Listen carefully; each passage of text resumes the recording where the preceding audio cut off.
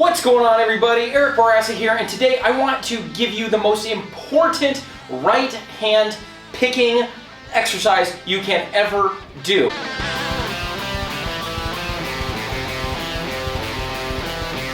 And by right hand, I mean pick hand, because you may be a lefty. I don't know, I'm a lefty, but I play with my right hand. Anyway, let's dive in. This is a common problem I see with students, like all the time, especially with self-taught adult students.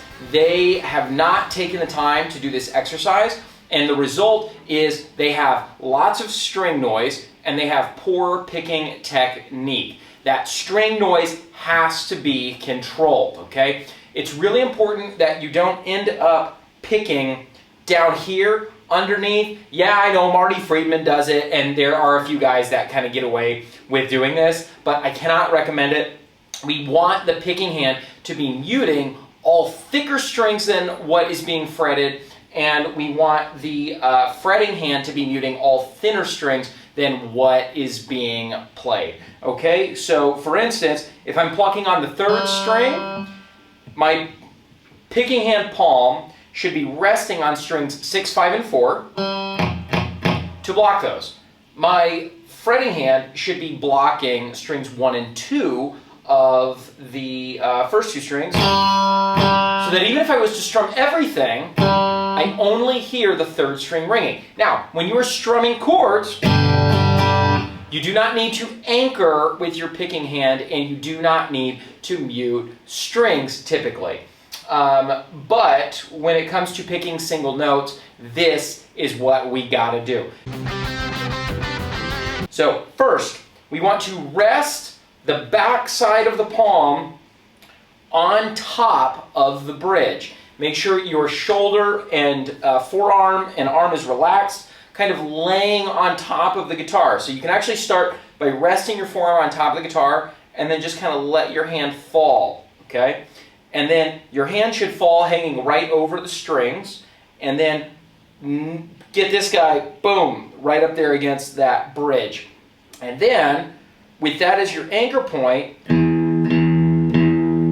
want to make sure we're not blocking string 6, and just do down, up for an entire minute.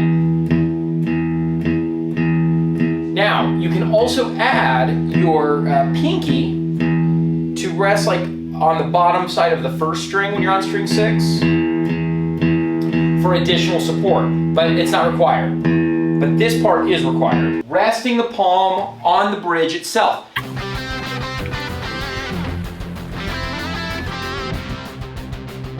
Now when we go to string 5, we're just going to slide the palm over a little bit, so now the palm is resting on string 6. Like that, and now it's blocked, but then you have to kind of turn your hand a little so that it's not blocking string 5. Blocking string 6, not blocking string 5, and then repeat the exercise 1 whole minute. Okay, once that's done, we're going to move our arm in an arc, like that. Your arm naturally wants to move in this direction here. It does not naturally really want to do this, okay? So move with the natural curve of your arc. So when you're on string 6, you're going to be picking back here. By the time you get to string 1, you're probably going to be almost at the fretboard. If you have a Gibson style guitar with a shorter scale length, then you may be like over the fretboard, or at least over the neck pickup by the time you get to string 1. So just to back up, here's string 6. I shift over for string 5, but I don't change the height.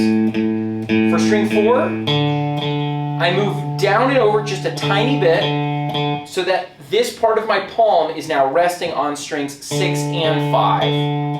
Then I go to string 3 for 1 minute. I'm not doing a whole minute here because I don't want to waste your time.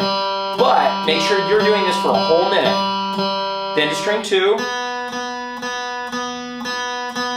Now by this point, I have this palm, this part of my palm resting, and this part of my palm kind of resting there as well. And then by the time I'm on string 1,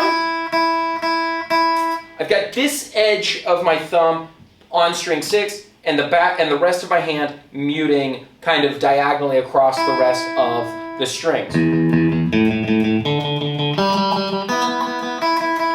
1 minute each per string per day. Make sure you don't do this.